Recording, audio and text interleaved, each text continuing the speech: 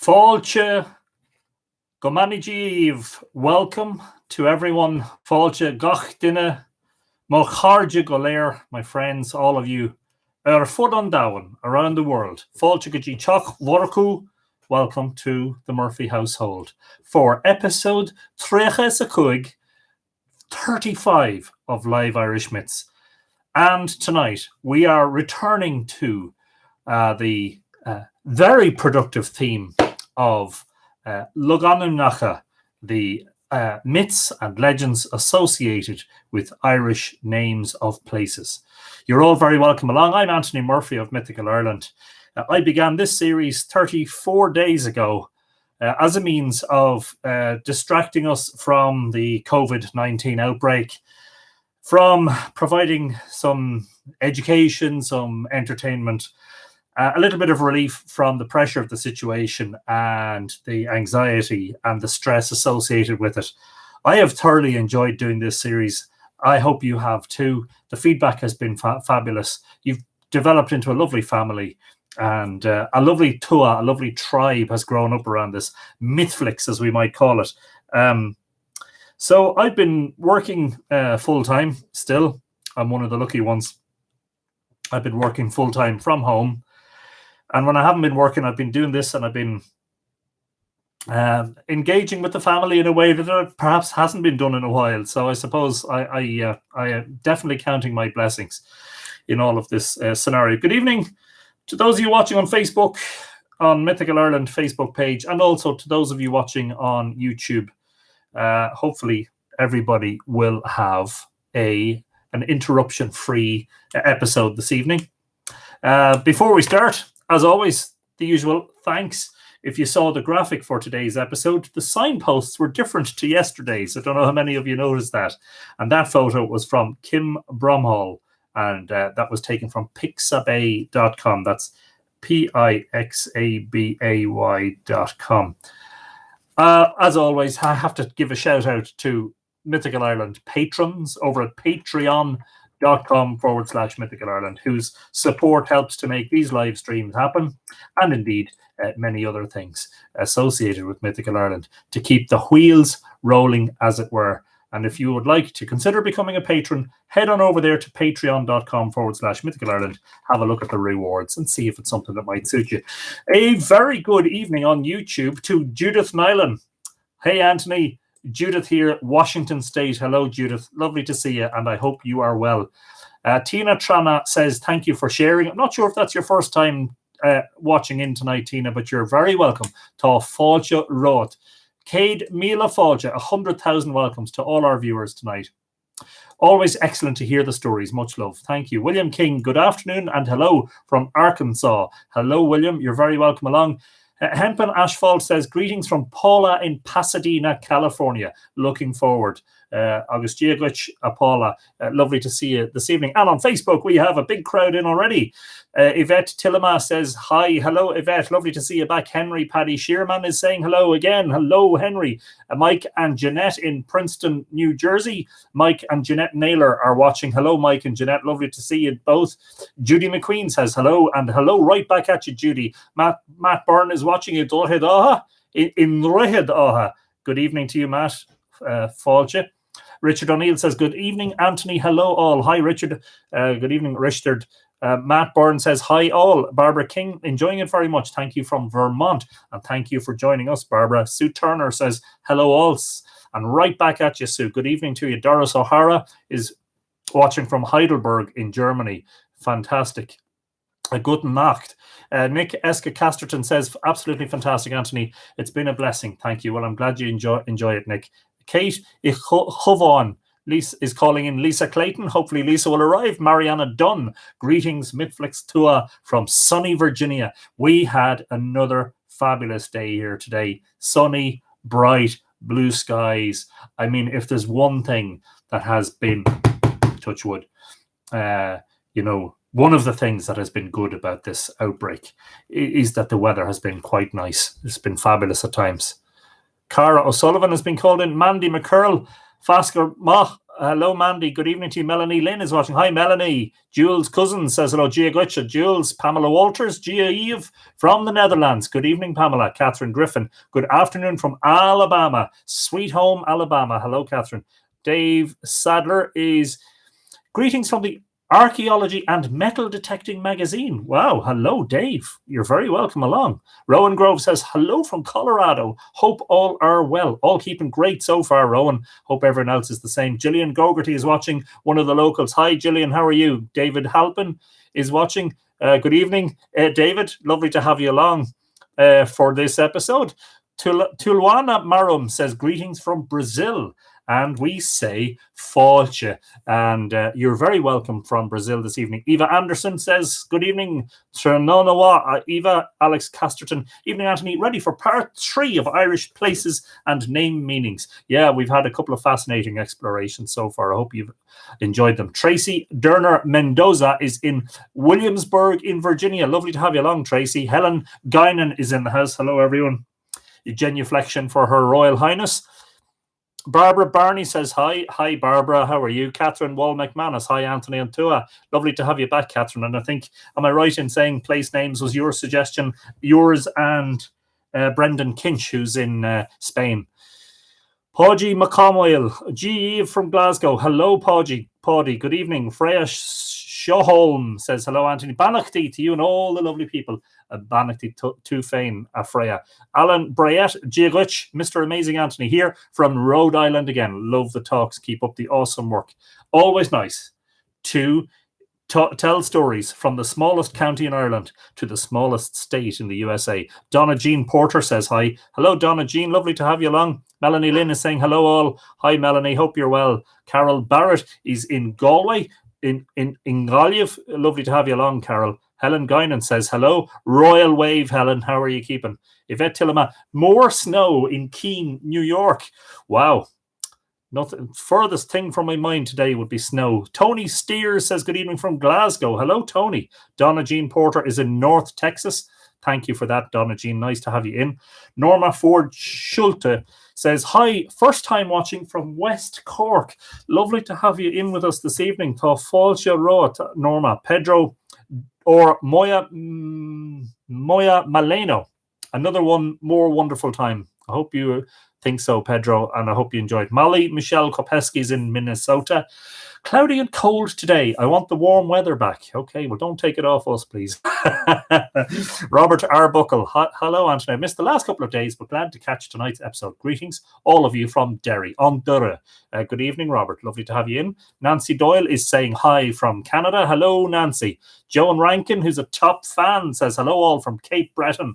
Lovely to have you along this evening, Joan. Pull up a pew, sit by the fire, grab yourself a cup of tea or a dram, and get ready for some scailty. Edina Spark says, hello all from New Mexico. Hello, Edina. Federica Guy says, hello every evening all from Italy. And good evening to you, Federica. Very nice to have you along. Patricia McAteer is watching, one of our locals in Omeath in County Louth. Kerem Gogus is watching. Hello, Kerem. Our Turkish representative. Lovely to have you in the house. Brendan Kinch, you indeed have a good memory. Thanks, Brendan, and thanks for the suggestion. Darren Sarsfield says, hello, Anthony, all the way from Drogheda, from my own town. Not that I own it, but yes, we all own it, don't we, Darren? Lovely to have you along. Who did we miss on Facebook? No, on YouTube. Erica Rivertree, Banachty o Louisville, Kentucky. Conas atá tú tá mé go wa. August too fresh and Tussa fresh and Eric, I hope you're keeping well. Bran Armstrong is in Louisville. Says Louisville. I loved it there. So gorgeous and such good food. Nice. The P Factor says greetings from Minnesota, USA. Hello, P Factor. Maybe you give us your real name because I always like to say hello personally. I got your F.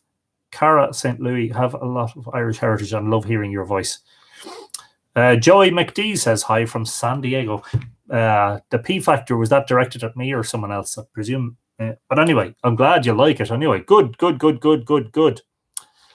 Hi, Anthony Mochara. Mark Casey. Hello, Mark. Working the early shift today, so I'm able to tune in from Lorgan, Ardvacha. Lurgan, Armagh. Lovely to have you along, Mark. Kerem Gogus, hello, dear Anthony. Thank you for the warm welcome, as always, with a big smiley face. It's always good to have you in the house, Kerem. Ger Moan, would love to hear more about Navan. Oh, Ger, you have to go back to last night's episode. We covered Navan last night.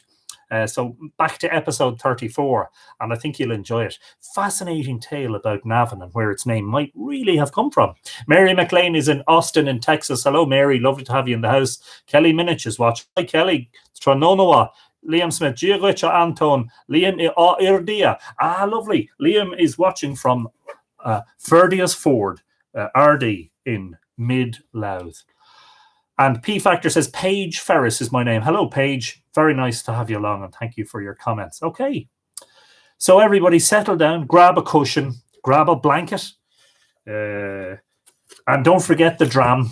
Now, in my case, that is definitely water. That is Ishka without the Baha on the end of it. Now, it's possible. It's entirely possible after this episode has finished that I will indeed grab myself a dram. I have two choices of dram out there. Two choices. Tony Campbell is watching. Tony, what kind of whiskey do you like? Mine's a Jameson. Today I'm reading again from P.W. Joyce.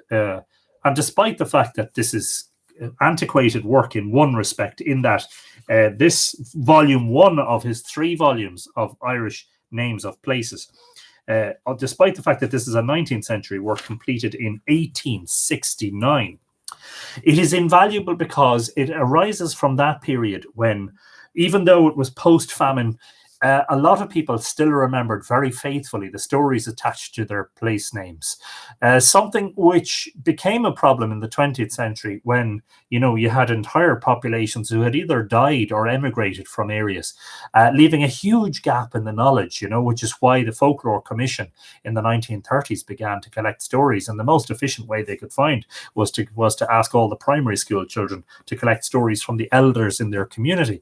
We are very, very blessed to have these records from Joyce, who, it has to be said, was a fabulous scholar, although not always 100% right about everything, and typical of sort of antiquarian scholars, a little bit assured of his own opinion at times, but still, we cannot take anything from him. He is absolutely fantastic.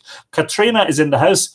On Vakutu Mayemson, variation on a song, Kilbeggan on Sho Sláinte. Well, I also would from time to time imbibe a Bushmills. Tullamore Dew, says Rowan Grove. Pamela Walter says, is that coffee? Okay, whatever, there's no obligation on you to have anything stronger. Anne Harper says, hello, Anthony, lovely to see you. Hi, Anne, lovely to see you also. Blessings, says Lee Ann Brenner Williams, blessings from snowy Illinois. Well, blessings right back to you from Drechad Oha, where today we had a lovely, sunny, warm day. Thank you, everyone. Chapter 5 is called Fairies, Demons, Goblins, and Ghosts. Now, this, of course, pertains to place names. I'm going to read half this chapter tonight, and I think that will be enough. And we can continue place names. I think there are several more episodes to come on place names. We may break it up, though, in the meantime. There are other things we have to talk about. We have to get back to the library tour, among others. And Finn and the Fianna are on my mind again. We left that after a couple of episodes, and we must go back to the Finn cycle. At some point, we will recall the story of, Ca Finthry, the Battle of Entry. And you might be particularly interested in the bit where the Fianna enlist the help of the Daedanans in the battle against the armies. Rhino, heavy-duty spray adhesive. Oh, Dave, that's not even funny. Stop it. Maeve Fianna Callahan. Ooh, this chapter sounds good. Jeanette Purcell. Oh my. Kilbeggan on Shut. I haven't tried Kilbeggan. I must try Kilbeggan. Daisy Peters. Hello, Daisy. One of the most regular commenters on YouTube videos says, thank you so much for your marvelous work. Greetings from Daisy Peters and many friends from Rio de Janeiro. It's lovely to have you along. Tá fáilte roat, Daisy. You're very welcome. It is very probable that the belief in the existence of fairies, so characteristic of the Celtic race of these countries, came in with the earliest colonies. On this question, however, I do not intend to enter, and we will be having an episode, as has been suggested. I can't remember by who, but we can look that up in a while. Somebody has suggested that we do an episode on the derivation of the fairies from the Tuatha De Danann, or the development or the evolution of fairy folklore from De Danann mythology. And on that front, I am hoping to enlist the help of my very good friend, Morgan Daimler. On this question, however, I do not intend to enter. It is sufficient to observe here that the belief, in all its reality, is recorded in the oldest of our narrative writings, and that with a distinctness and circumstantiality that prove it to have been, at the time of which they treat, long established and universally received.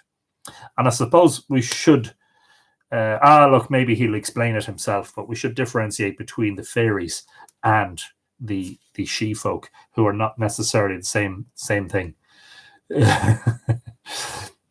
I'm going to be taking notes during this one, says Wendy Holmes. Good stuff. It was believed that these supernatural beings dwelt in habitations in the interior of pleasant hills, which were called by the name of Shee, S-I-D-H, or Shee, S-I-T-H, pronounced S-H-E-E. And indeed, straight away, I can tell you that the earliest inhabitants of the Shee were, in fact, the De Dananns, and not the fairies, which are a much later development. But we will get back to that in a future episode. Colgan's explanation of this term is so exact, and he gives such an admirable epitome of the superstition respecting the Shee and its inhabitants that I will here translate his words. Fantastical spirits are, by the Irish, called men of the Shee, because they are seen, as it were, to come out of beautiful hills to infest men, and hence the vulgar belief that they reside in certain subterraneous habitations within these hills. And these habitations, and sometimes the hills themselves, are called by the Irish Shee, S-I-T-H-E, or Shia, S-I-O-D-H-A. And as you may well have seen, some of the ladies who are watching will have immediately noticed from that paragraph that Colgan has completely left women and females out of the whole equation. Yes, there were female deities. In Colgan's time, the fairy superstition had descended to the common people, the vulgus, for the spread of the faith and the influence of education had disenthralled the minds of the better classes. But in the 5th century, the existence of the Dina Shee, and we would say Dina Shee, the people of the Shee, or the people of the fairy mansions as it's translated here, was an article of belief with the high as well as with the low, as may be inferred from the following curious passage in the Book of Armagh, where we find the 2 daughters of Laira, Leary, as it's anglicised, King of Ireland, participating in this superstition. Then St. Patrick came to the well, which is called Clebach, C-L-E-B-A-C-H, on the side of Cruachan towards the east, and before sunrise they, brackets, Patrick and his companions, sat down near the well. And lo, the 2 daughters of King Laira, Ethna the Fair and Fidelma the Ruddy, came early to the well to wash, after the manner of women, and they found near the well a synod of holy bishops with Patrick. This, immediately before we proceed any further, this is immediately reminding me of Bowen approaching Necton's well, which was a male-dominated domain. And they knew not whence they came, or in what form, or from what people, or from what country, but they supposed them to be Dina Shee, or gods of the earth, or a phantasm. And that's from Todd's Life of St. Patrick. And if you're interested in the reference, page 452. Pat Rowan is in the house. Fáilte mo chara a fórig Conasatatu. Pat, you're very welcome from Washington State. Morgan Daimler is watching. Morgan, your name has come up on several occasions, not least that it has been suggested that we do an episode on the emergence or the development or the evolution of fairy folklore from the early beliefs in the deities. And I said that I would call upon you to help me with that. So I hate to say that while we have a live audience. I hate to put you on the spot, but I see that you have finished your book about Lugh, and I'm delighted to see that that's the case, and congratulations, and I look forward to getting a copy. Katrina says, God, the men of the cloth are fierce afraid of women. So afraid of them, they don't even want to mention them. Yes, absolutely. Desiree Riley says, hello, Anthony and the rest of the tour. I'm a little late today, but I made it. Well, it's great to have you in the house, Desiree. Tough fault your rot. Some believe the She are a separate mythical being in the other world, separate to the Tuatha Dé Danann, e.g. leprechauns, pixies, dragons, etc. Thanks for that, Alex. And we will explore that later in that episode that is coming soon, hopefully with the help of Morgan. Vivian Armstrong is on YouTube.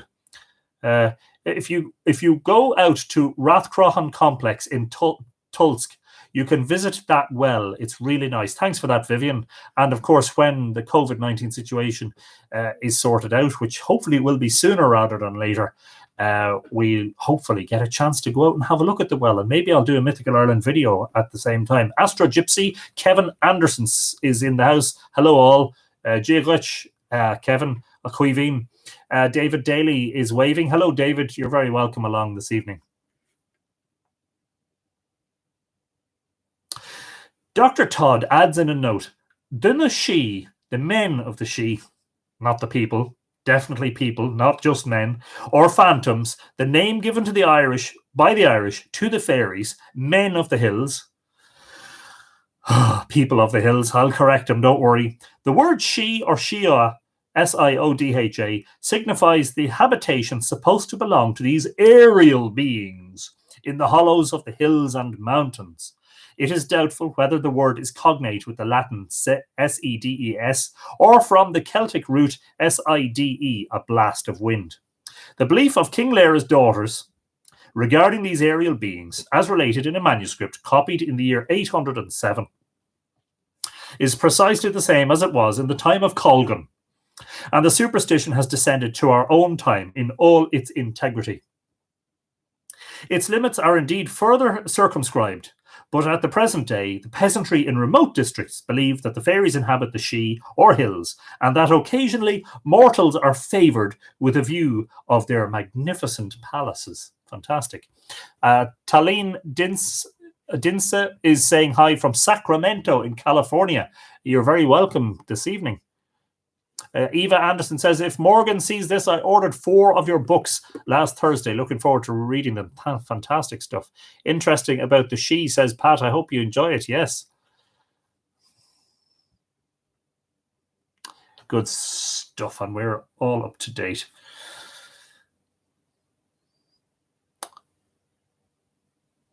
To readers of modern fairy lore, the Banshee is a well-known spirit. Irish Ban, Bean, Sidhe, woman of the fairy mansions. Many of the old Milesian families are attended by a Banshee who foretells and laments the approaching death of a member of the favoured race by keening around the house in the lonely night. And keening is a form of, crying. Keeners that they used to have at funerals were almost like professional mourners, professional wailers.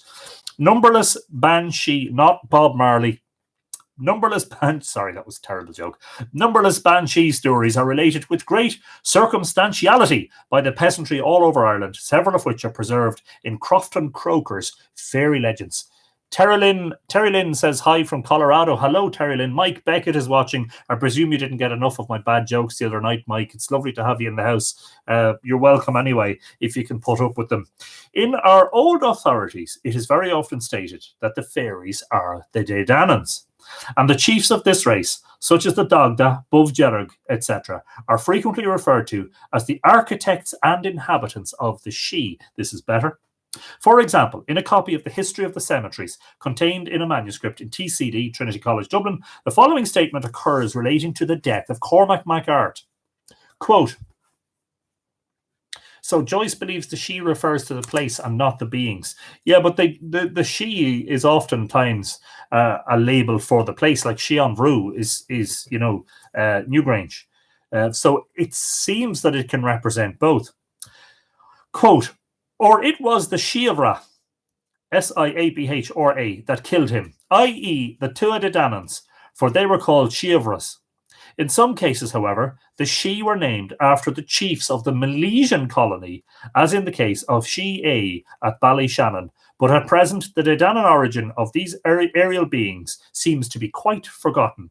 For almost all rats, cashels, and mounds, the dwellings, forts, and sepulchres of the Furbolgs and Milesians, as well as those of the Dedanans, are considered as fairy haunts. Steve Martinson, can you please provide the ISBN of the book you're reading from? Well, it was published in 1869. It doesn't have an ISBN, Steve. The best I could do, this may be available actually in PDF form on archive.org or Sacred Texts. It's P.W. Joyce's Origin and History of Irish Names of Places, and it's volume 1. I hope that helps you. But it doesn't have an ISBN because it's from pre-ISBN days. Of this ancient Dedanan people, our knowledge is very scant indeed. But judging from many very old tales and references in our manuscripts, and from the works supposed to be executed by this race, of which numerous remains still exist, sepulchral mounds, gracefully formed spearheads, etc., we may conclude that they were a people of superior intelligence and artistic skill, and that they were conquered and driven into remote districts by the less intelligent but more warlike Milesian tribes who succeeded them.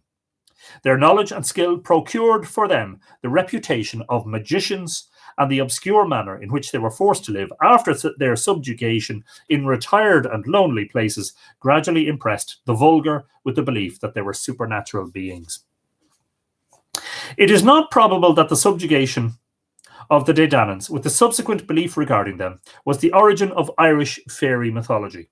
The superstition, no doubt, existed long previously, and this mysterious race, having undergone a gradual deification, became confounded and identified with the original local gods, and ultimately superseded them altogether.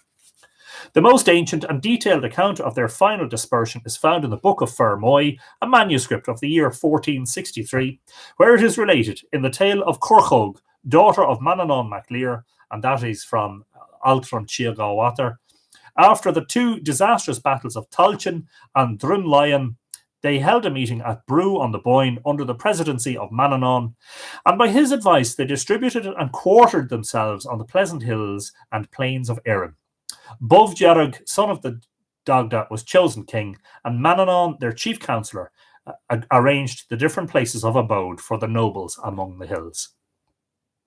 Steve, you're very welcome. I'm glad that you were able to get a screenshot of that. No problem at all. Glad to help. Several of the shees mentioned in this narrative are known, and some of them are still celebrated as fairy haunts. She Bov, with Bovjarug for its chief, was on the shore of Loch Derg, and we had Loch Jarug.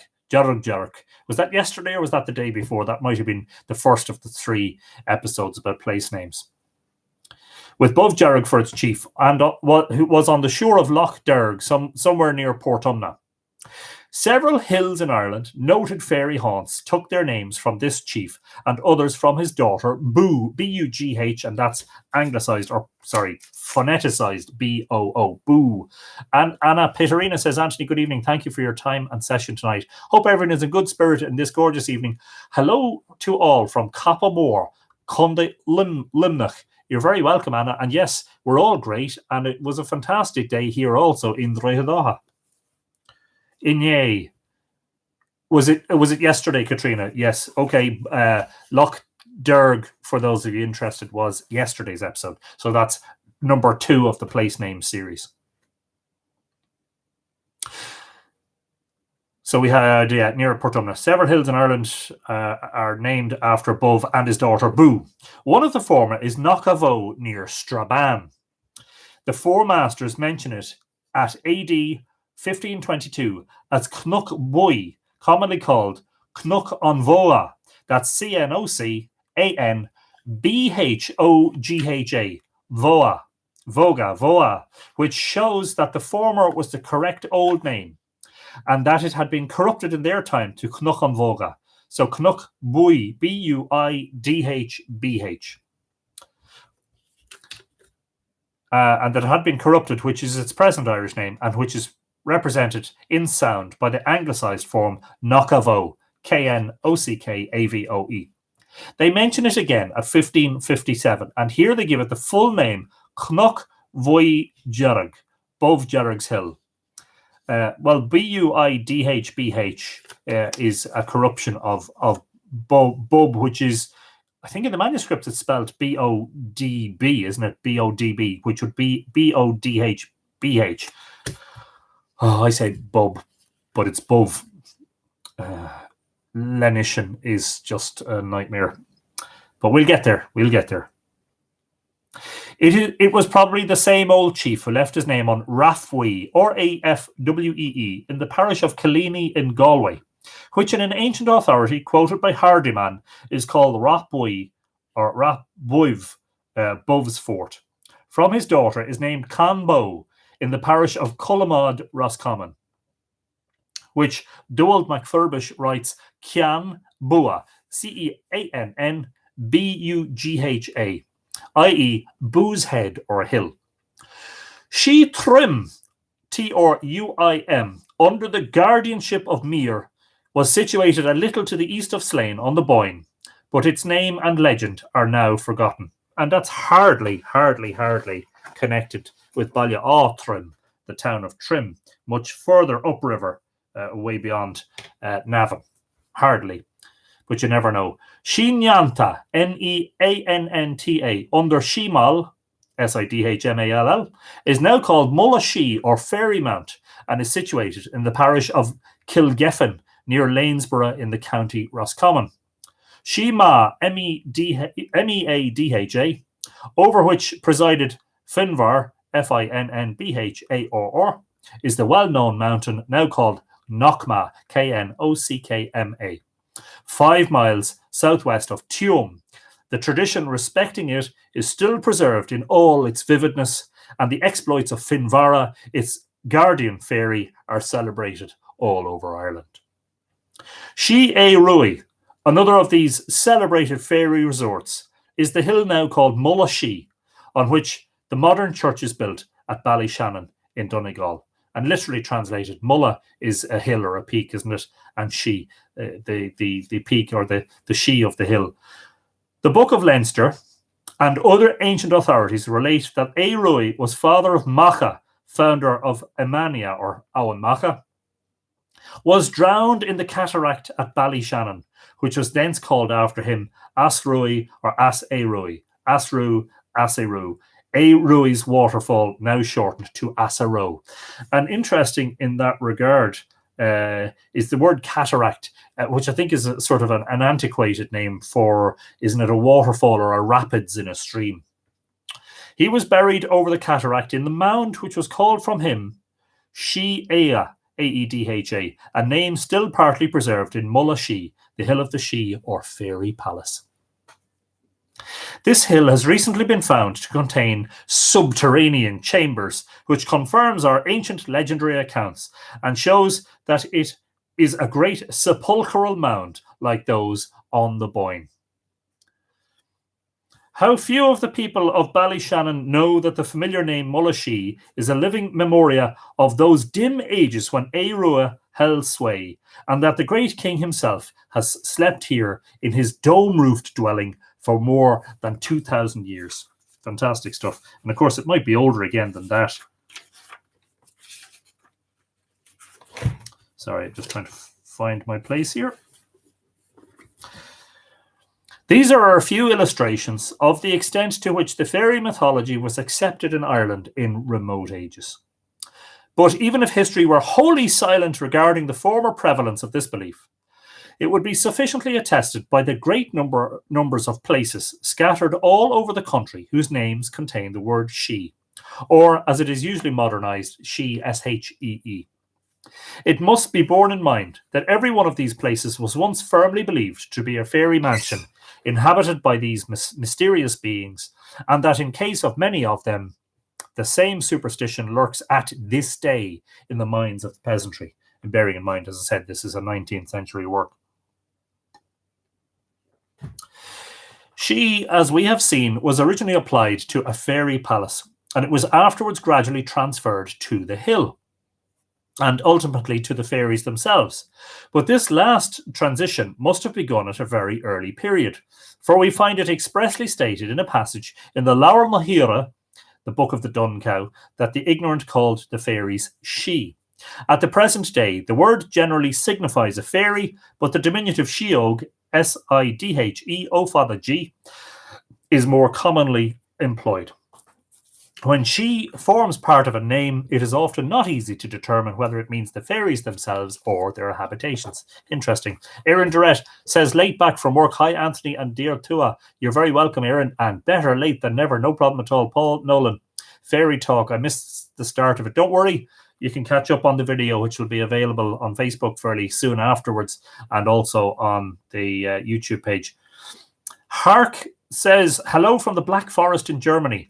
There was a hill near where I grew up in Ballingarry, Tipperary, called Knock Gauna, Ghabhna. So the hill of the She of Gauna, whoever Gauna was. Interesting. We may be able to find out more about that. Kerem says, Facebook is slow for me today, so I'll be watching in here. So Kerem has switched over to YouTube, the YouTube feed from Facebook. Okay, so where were we? We were talking about, yes, as to whether it was often not easy to determine whether she means the fairies themselves or their habitations. She and its modifications constitute or begin the names of about 70 townlands, which are pretty equally distributed over the 4 provinces, with very few being found, however, in the counties of Louth, Dublin, and Wicklow. Besides these, there are many more places whose names contain this word in the middle or the end.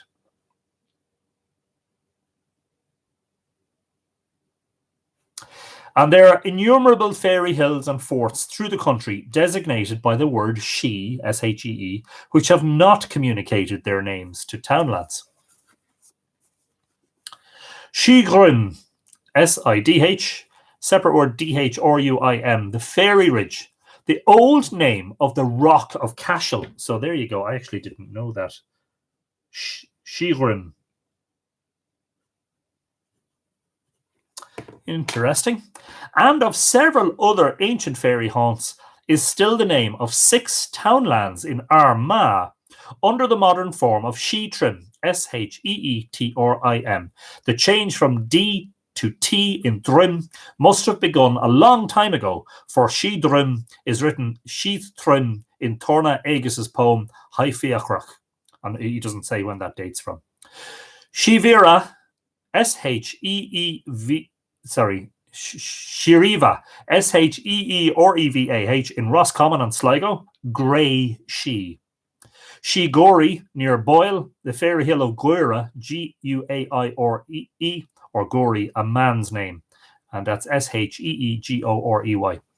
There is a townland in the parish of Corbally, Tipperary, called the Sheehies, or in Irish, Nashiha, N-A-S-I-T-H-E, i.e. the Fairy Mounts. And a range of low heights south of Trim in Meath is well known by the name of the She Hills, i.e. the Fairy Hills. Fascinating stuff. And I am making markings in the margins. Michael Murphy is watching from Massachusetts. Trononawa Avikal, Conasatatu. You're very welcome along. Pamela Walters, Rock of Cashel was a fairy mount. Well, it was probably originally believed to have been a she, or an otherworld abode, as it were, before Christianity took it over. There is a famous fairy palace on the eastern shoulder of Slievenamon Mountain in Tipperary. According to a metrical romance contained in the Book of Lismore and other authorities, the Dedanan women of this she enchanted Finn McCool and his Fianna. And from these women, the mountain took its name. It is now called in Irish Slievenamon Fionn, which would signify the mountain of the fair-haired women, but O'Donovan shows that the true name is Slievenamon Femin, F-E-I-M-H-I-N-N, or Fevin, Slievenamon Fevin, the mountain of the women of Fevin, which was an ancient territory coextensive with the barony of Iffa and Offa East, and this was shortened to the present name Slievenamon, or in its present form, Slievenaman. Slieve na man, which looks like Slieve na man, but is actually from na man, M-B-A-N, which is women. Sounds like man, but it actually signifies women. There's more of it.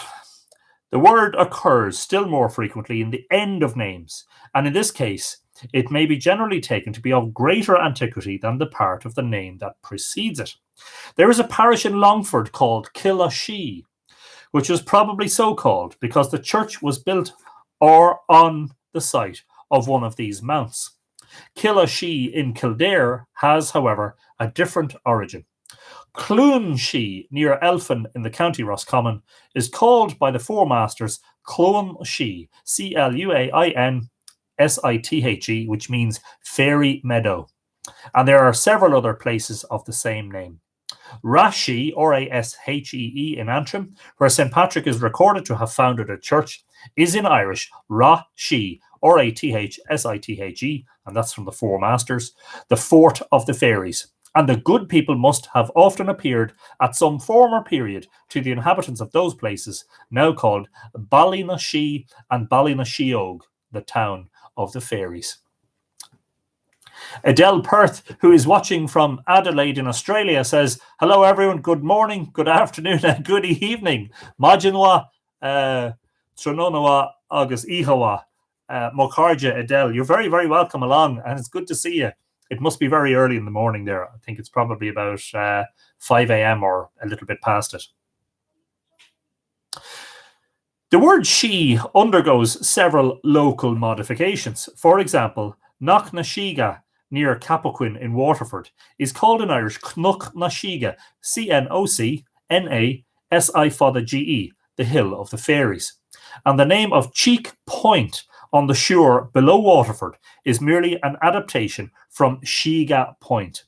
For the Irish name is Poncha na Shiga, the point of the fairies. The townland of Sheegeys, Sheegeys, i.e. Fairy Hills, in the parish of Kilbarron, Donegal, was hence, no doubt, a favourite resort of fairies, and on its southern boundary, near high water mark, there is a mound called Mulnashee Frog, the hill of the fairy dwellings. In the parish of Ahana, Sligo, there are two townlands called Cuilshigari, which the people call in Irish Cuilshigara, which is the fairies' wood, for a large wood formerly stood there. Oh, Aaron Durrett asks a very interesting question, and it is this. Maybe you already said this. Sorry if I missed, but she mounds are only ever the human-made mounds, not ever a natural hill. No, not quite, Aaron. In fact, one of the authorities on this is the anthropologist and archaeologist Professor Ronald Hicks, who I've mentioned in many of my episodes, and who I quote liberally in my Joan Henge book. Ronald Hicks has been examining Irish she for decades, and is firmly convinced that many of them are in fact natural hills. So it can be both, it seems.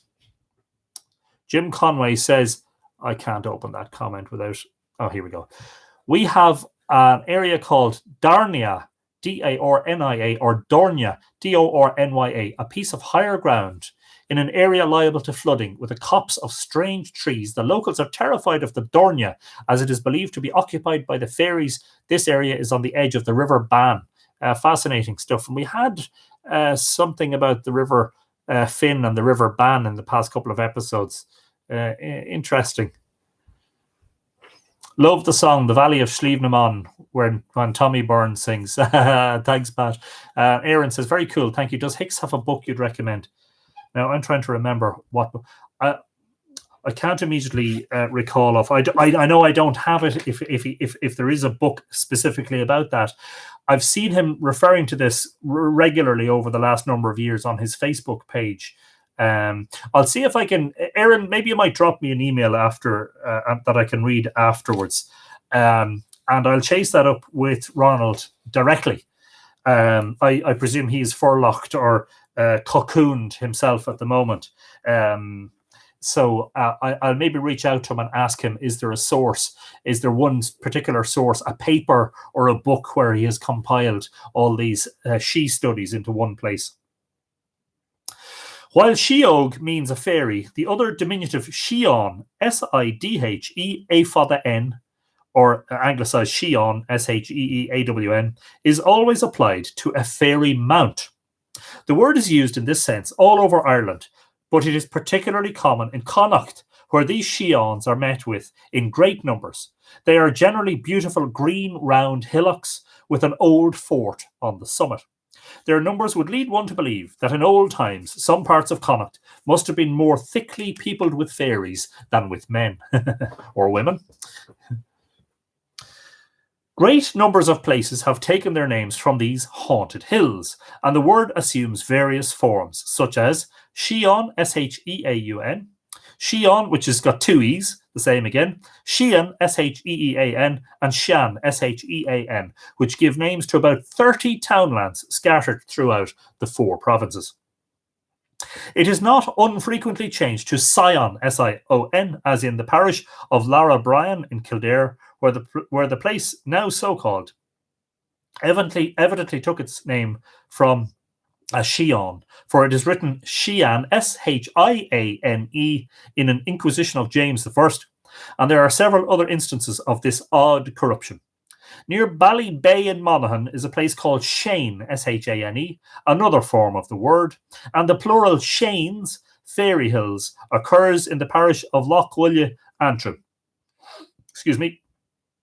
Sheena in Leitrim, Sheeny in Meath and Fermanagh, and Shiana in Wicklow are different forms of the Irish plural Sheena, fairy hills. Fantastic stuff.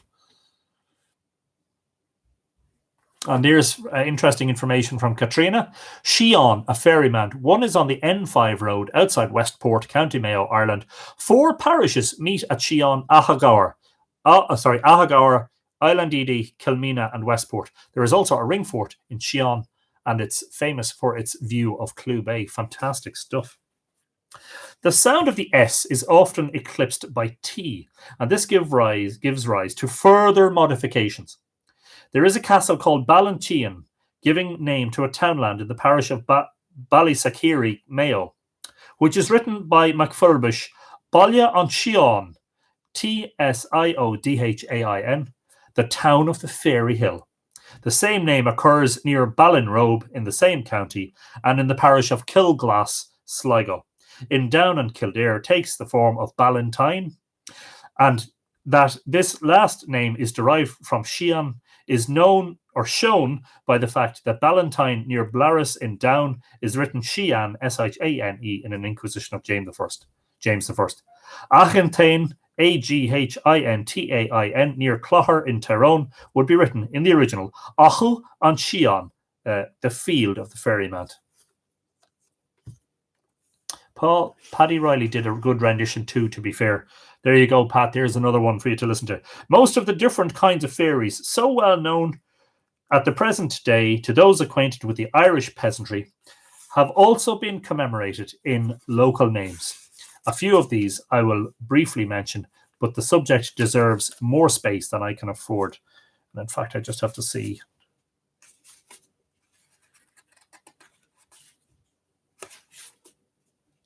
Yeah, I can read another page of this and then we'll stop because we're going to leave it for another episode.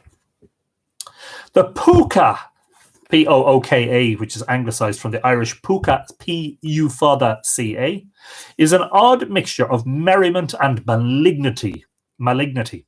His exploits form the subject of innumerable legendary narratives, and every literary tourist who visits our island seems to consider it a duty to record some new story of this capricious goblin.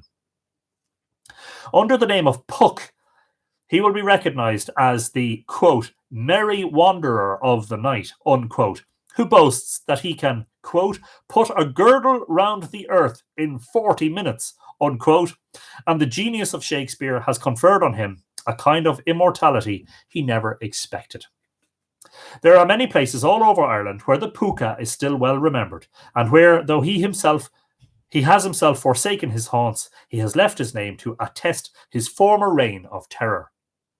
One of the best known is Poulafuka in Wicklow, a wild chasm where the Liffey falls over a ledge of rocks into a deep pool.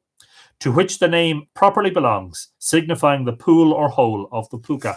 And if I'm not mistaken, that is the location of the dam of Pool of Fuka, forming the Blessington Lakes today. Was that area flooded in the early 20th century, was it? Perhaps somebody on here from Wicklow will know when the Liffey was dammed at Pool of Fuka. Was that in the 19th century or was that in the 20th? I think it was in the 20th century, wasn't it? There are 3 townlands in Clare and several other places in different parts of the country with the same name. They are generally wild, lonely dells, caves, chasms in rocks on the seashore, or pools in deep glens like that in Wicklow. All places of a lonely character, suitable haunts for this mysterious sprite. The original name of Puckstown in the parish of Mosstown in Louth, and probably of Puckstown near Artane in Dublin, was Pool of Fuka, of which the present name is an incorrect translation. Boher a Fuka, Boher a road, 4 miles north of Roscrea in Tipperary, must have been a dangerous place to pass at night in days of old. Carrig a Fuka, the Pukas Rock, 2 miles west of Macroom, where on the top of a rock overhanging the Solan stand the ruins of the McCarthy's Castle, is well known as the place whence Daniel O'Rourke began his adventurous voyage to the moon on the back of an eagle. And here, for many a generation, the Puka held his ancient solitary reign and played pranks which the peasantry will relate with minute detail. So there you go. There's even a Daniel O'Rourke who flew to the moon. And so you all thought it was Neil Armstrong. Well, Neil Armstrong it was not. It was Daniel O'Rourke from Ireland. There you go. First man on the moon, according to our legends. And who is going to dispute our legendary history? So I'm going to read a little bit more from the introduction to Volume 3, just by way as an addendum. Last night's addendum was about Navan, which we had interest in tonight, but there's no problem. You can go back and have a look at last night's. So we're going to finish with just a couple of place names, which I think I was explaining that Volume 3 of Joyce's great work was not published until 1913, which is what, 69, 31, what's that? Is that 44 years after the first volume?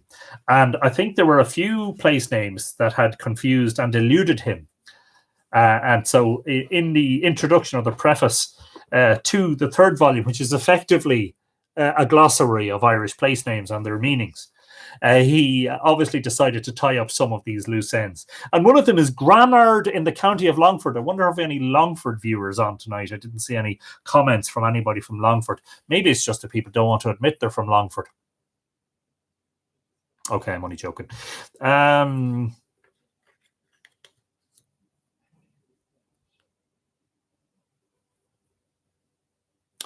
Okay, good stuff. Oh, nah, the ford of the Granard in the county of Longford is mentioned in the Táin Chulge in Lara Mahira, which is the Book of the Dun Cow, a book written about AD 1100. Oh, pardon me. Must be because I was working so hard today.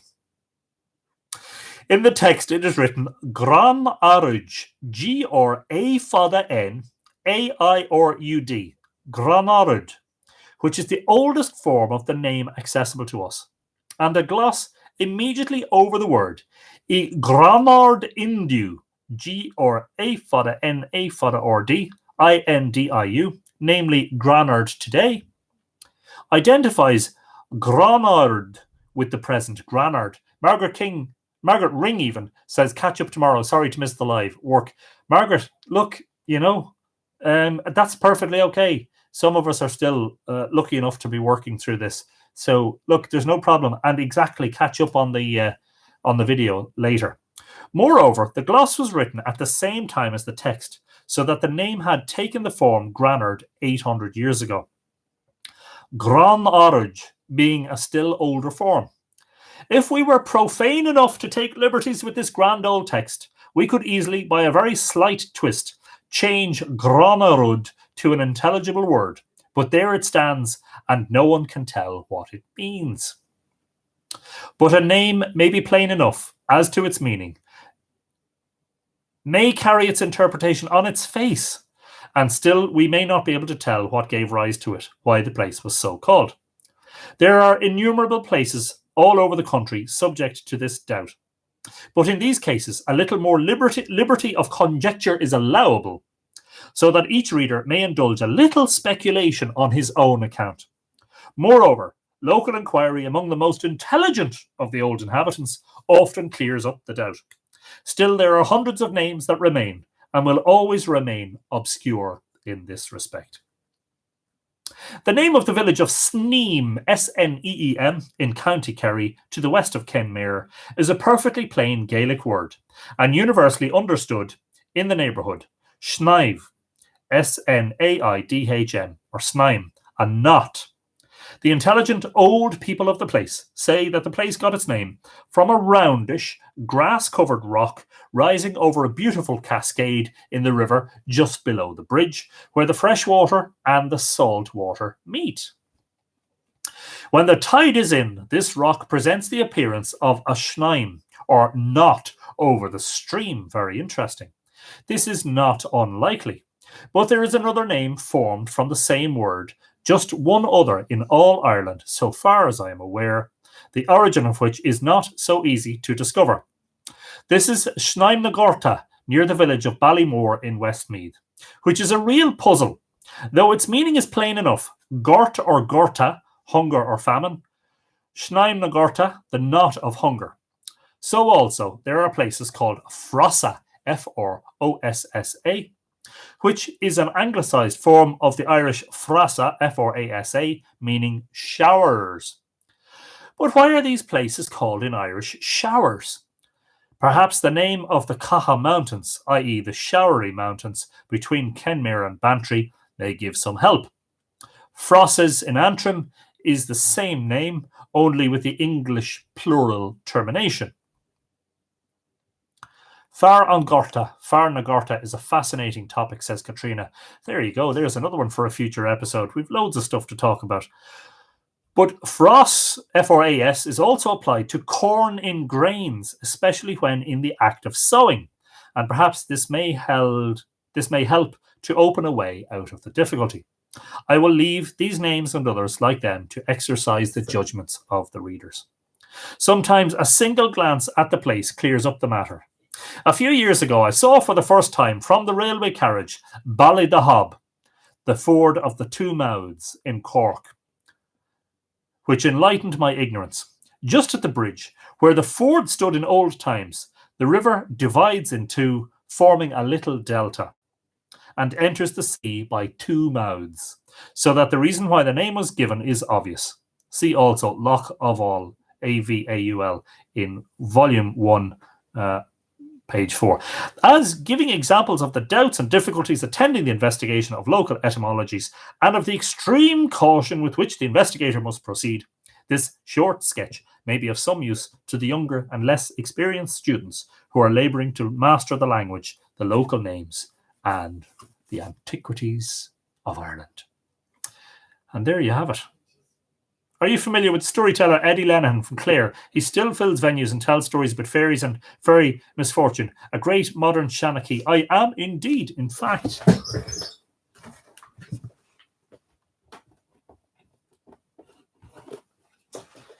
I have his book, Meeting the Other Crowd. And that is a fairly recent publication. Oh, no, it's not, actually. It's actually 2003. There you go. But I do know Eddie. Well, I know him online. Don't think we've ever met face to face. If anybody has any questions or comments, we'll be glad to take them. If anybody wants to just throw out a couple of place names in the locality, if you want me to look up Joyce in the glossary in Volume 3, I will look it up and see if your place name is mentioned there. If not, don't worry at all. There's no problem. But I'll hang on for a minute anyway while you do that. I just want to mark this again. I had a place marker in this book, which I was holding on to. Aaron Durrett. So the mounds are where the fairy folk actually are supposed to live, or are they used by them as passages into the fairy realms? Well, see, that's often not specifically stated. I mean, even with Shion Vru, it's not always clear. Sometimes you get descriptions of the interior of it, like such as, for instance, in Tuchmark Etain, when it's, there's this whole idea of a sunny bower, and you're told that there's, the pigs, one roasting and one ready for the killing, fattened for the killing, and all the rest. It's not always, Morgan says both, but it's not always clear, especially in the folklore, that sort of stuff, the information collected from people in the 19th and 20th centuries is not always clear, and neither is some of the mythological material either. Richard O'Neill says Rathangan in Kildare, so that's Rath something or other, the fort of someone. Angan, let's see if it's here. And it's bloody well not. Oh, terrible, Rathangan. Although we can also look up, I hope that some of you are familiar, I will share this now, Logonium.ie, which is place names, or placename.ie. Logonium Nacha. Lug for place, onium for name, and the acha meaning plural. Thanks, Katrina. Let me have a look for it here and see if we can find a description of it. Rathangan. And that's searchable, by the way. That site that I just pasted in there as a comment is brilliant. Iomghan.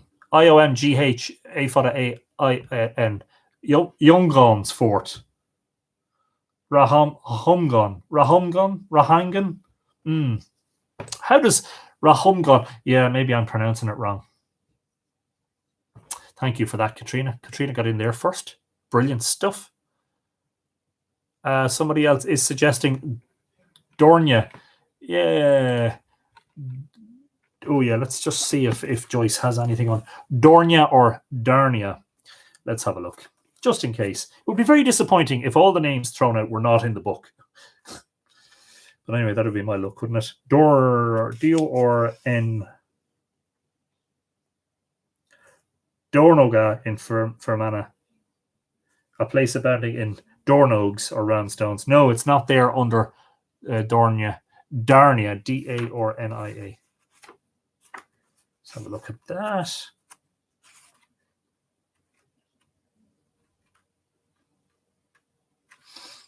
Come on, be there. Darney in Donegal, D-A-R-N-E-Y. Same as Darhana. Darnia. Doesn't sound like it's the same. Nope, can't help you. Sorry. We'll have to go further.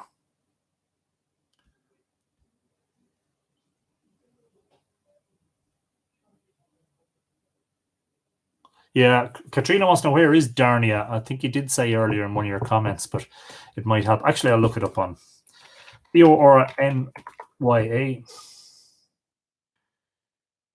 No results found. Darnia, D-A-R-N-I-A. Like Narnia, doesn't it? No results found under either of those. So we'll have to get more. We'll have to get more information. And I wonder, is that a townland name or a village name, or is it just something like a very localized name, like a field name, Because, of course, you can go much further into this, because in addition to the townlands and village names and town names and city names, you also have individual field names. And there's been quite a lot of work done on that, especially in the past decade. I know, for instance, in my local area, the field names of County Louth and County Meath have been published in book form, and they're substantial books. Ringlestown Rath, says Paul at Tara, behind Kilmessan. It's huge. Been in it a few times. Yeah, that's the one covered by trees, isn't it, Paul? A fantastic old site. Ballyoskill. Let's see. There's Ballyoskill in Kilkenny, is it? Ballyoskill, the town of the hollow or angle. Uskil is literally the armpit, O-S-C-A-I-L, which also means open, doesn't it? Uskil on Doris. Ballyoskill, the town of the hollow or angle. There you go. We got one. Hey. Yeah, there are tons and tons and tons of place names beginning with Bally. There's tons beginning with Liss. There's tons beginning with Clon for Cluan, for meadow. There's tons, as Katrina says, beginning with Rath. You know, tons and tons and tons. Very close to me is actually the townland in which I live. I live in Drogheda, but the townland in Drogheda in which I live is called Rathmullen. And some of you who live in Donegal will be familiar with a place name in Donegal called Rathmullen. And Rathmullen literally means the wrath of Mullen.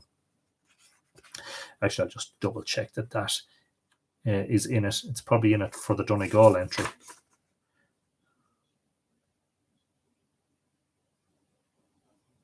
And it isn't. I keep disappointing myself. Ballia is town, yes, or a place of habitation. Yes, I like the secret of Kells. Yes, absolutely. Let's keep Kells' secrets just right where they are, shall we?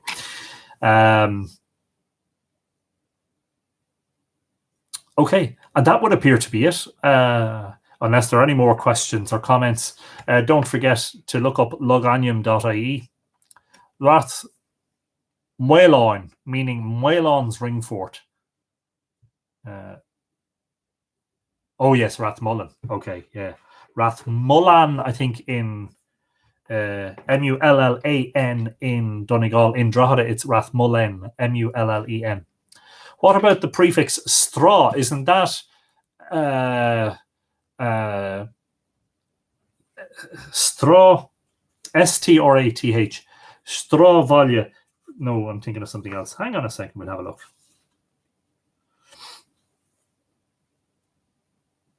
S-R-A-T-H. I don't see an S-T-R-A-T-H. Straw, S-R-A-T-H. Upper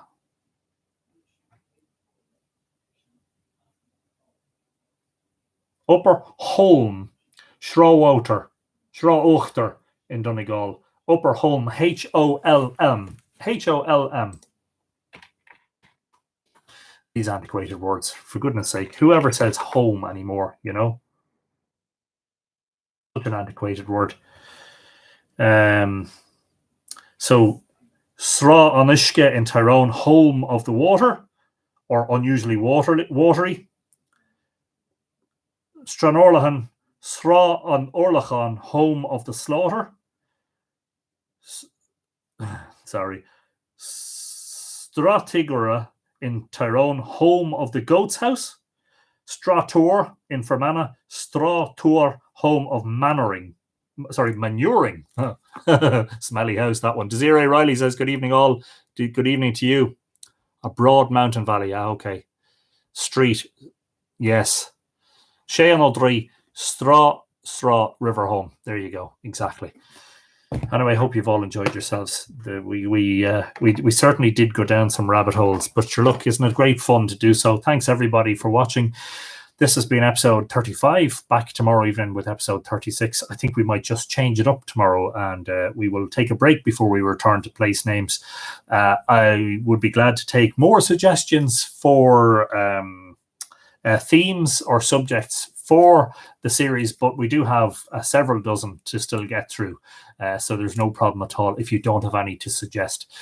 In the meantime, remember to stay safe. Keep washing your hands. If you're cocooning or if you're socially isolating, well, keep apart from people, but try not to be isolated in terms of being socially isolated. Make sure we have been fashioned these fantastic face masks by my lovely wife, who has fashioned them out of old pieces of cloth, and there are Hoover bags in them, which apparently are very, very good at keeping the dust out, and they attach around your ears with elastics. So if we have to go to the supermarket or a place where there's going to be people, that we can protect ourselves somehow. There's speculation about the connections, says Morgan Daimler. It's named for Lugus, who is connected to Lou. Aha, okay. Very good. See, it's always good to have the experts here. A holm is an islet, particularly in a river or near a mainland, a piece of flat ground by a river that is submerged in time of flood. Interesting. Yes, good. So like a little bit of a floodplain. Yes, very good. Okay.